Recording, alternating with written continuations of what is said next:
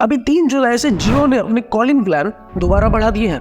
239 वाला प्लान अब 299 का है, 299 वाला 349 का। लेकिन आप लोग ये सोच रहे होंगे कि ये बात मैं आपको क्यों बता रहा हूँ, ये बात तो आपको पहले ही और कहीं से पता लग गई होगी। आज इस बात को आपको मेरा बताने का यही मकसद है कि जब कुछ समय पहले देश के अंदर किसान आंदोलन चल रहा था तो किसान अपनी मांग सरकार से कर रहे थे और उसके बचाव में हमारे देश की मीडिया दिन रात आपको टीवी पर यह दिखा रही थी कि ये 3 कानून जो किसानों के विरुद्ध सरकार ने दिए हैं ये किस तरीके से किसानों के भले के लिए हैं। सुबह से शाम तक मीडिया की ये बातें जब आपने सुनी तो आपको भी धीरे धीरे ये लगने लगा कि ये 3 कानून किसानों के भले के लिए ही होंगे और लोगों ने फिर धीरे धीरे ये बोलना शुरू कर दिया कि ये 3 कानून तो किसानों के भले के लिए ही थे।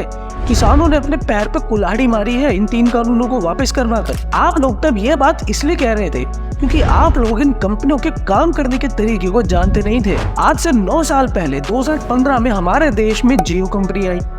जियो ने उस समय अपना सिम फ्री बांटना शुरू करा था। लोगों ने देश में लाइन लगा कर जियो के सिम खरीदे थे।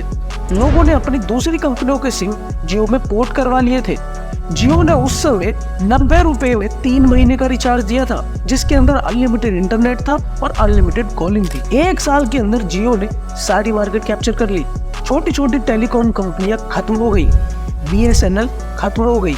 जब लोग पूरे तरीके से जियो के ऊपर निर्भर हो गए तब जाकर फिर जियो ने अपने रेट धीरे धीरे बढ़ाने शुरू करे और आज वही 84 दिन वाला प्लान 700 रुपए के आसपास हो गया है। ऐसा तभी होता है जब सरकार किसी एक सेक्टर से अपनी जिम्मेदारी हटाकर उस सेक्टर को प्राइवेटाइज कर देती है। सिर्फ टेलीकॉम सेक्टर के साथ ही ऐसा नहीं हुआ बल्कि बिजली के सेक्टर के साथ भी देश में कुछ ऐसा ही हुआ है। गुजरात में बिजली प्राइवेट होने से पहले उसकी कीमत थी 3.58 रुपए प्रति यूनिट जो कि बाद में 2021 में अडानी को दे दी गई और अडानी के बाद उसकी कीमत 102% बढ़ाकर 7.24 रुपए प्रति यूनिट कर दी गई। इसी तरीके से महाराष्ट्र के मुंबई में महाराष्ट्र बिजली नियामक आयोग की दर पहले 5.36 पर यूनिट थी, लेकिन जैसे ही बिजली की पूरी जिम्मेदारी अडानी को बेची गई वैसे ही 100 यूनिट की दर 5.66 रुपए प्रति यूनिट कर दी गई और 500 यूनिट की दर 10.76 रुपए प्रति यूनिट कर दी। प्राइवेट कंपनियां सिर्फ टेलीकॉम और बिजली विभाग में ही नहीं घुसी बल्कि मैं आपको एक और उदाहरण देता हूँ।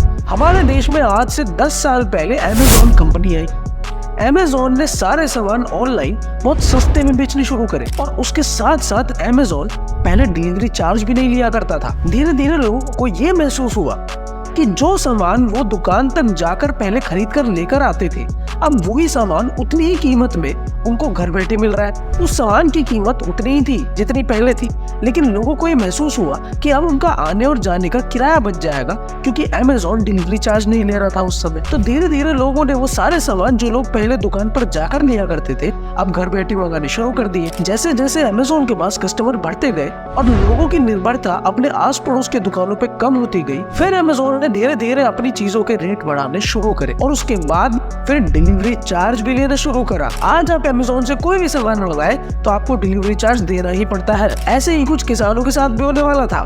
जो 3 कानून सरकार लेकर आई थी उनके अंदर ये बिल्कुल स्पष्ट बात थी कि अब किसान प्राइवेट लोगों को भी अपना सामान बेच सकते हैं। लेकिन आप लोगों को शायद ये बात पता नहीं थी कि इन 3 कानूनों के आने से पहले भी किसान के पास स्वतंत्रता थी कि वो देश में कहीं भी किसी को भी जाकर अपनी उपज बेच सकता था। लेकिन अब आप लोगों के दिमाग में सवाल उठ रहा होगा कि अगर इन 3 कानूनों के आने से पहले भी किसान अपनी उपज किसी को भी बेच सकते थे तो बेचते क्यों नहीं थे? बेचते इसलिए नहीं थे क्योंकि हमारे देश में 85% किसानों के पास 2 हेक्टेयर से भी कम जमीन है। अगर कोई भी किसान अपनी उपज को बहुत दूर जाकर बेचेगा तो उसको कुछ भी नहीं बचेगा। इसीलिए किसानों के पास सबसे अच्छा उपाय यही होता है कि अपनी नजदीक की APMC मंडी में जाकर वो अपना सामान बेच दे। किसानों का सामान खरीदने की इस प्रक्रिया के अंदर जब प्राइवेट कंपनियां आ जाती तो वो क्या करती? प्राइवेट कंपनियां पहले तो किसानों को बहुत अच्छे रेट देती, जो हमारा MSP है उससे भी बढ़ के रेट देती। मान लेते हैं कि आज गेहूं का दाम 1900 रुपए प्रति क्विंटल है तो ये कंपनियां उस 1900 को 2200 2500 करके भी देती किसानों को। कुछ समय के अंदर ही सारे किसान धीरे धीरे इन प्राइवेट मंडियों के अंदर ही जाकर अपना सामान बेचना शुरू कर देते और APMC यानी कि सरकारी मंडियों में धीरे धीरे किसान आना कम हो जाते। जब कुछ महीनों के अंदर ही इन APMC मंडियों में कोई किसान नहीं आ रहा होता तो सरकार ये बहाना देकर इन APMC मंडियों को बंद कर देती कि अब इनमें तो कोई आता ही नहीं है तो इनके रख रखाव का खर्चा क्यों करता। बिल्कुल उसी तरीके से जैसे जियो के आने पर सरकार ने BSNL को खत्म कर दिया ये कहकर कि अब बीएसएनएल के यूजर तो है ही नहीं। फिर जब एक समय बाद किसान पूरे तरीके से इन प्राइवेट मंडियों के ऊपर ही निर्भर हो जाते, तब ये प्राइवेट मंडी वाले जो गेहूं को 2200-2500 तक ले रहे थे, उसको धीरे धीरे नीचे लेकर आते और उसको इतना नीचे ले आते कि वो 1700, 1600 या 1500 रुपए प्रति क्विंटल तक भी देने लगते। और तब फिर किसानों के पास इन प्राइवेट मंडियों के अलावा और कोई मंडी नहीं होती देश के अंदर अपना अनाज बेचने के लिए। तो इसीलिए ही आप लोगों को ये समझना बहुत जरूरी है कि प्राइवेट कंपनियां किसी की सगी नहीं है।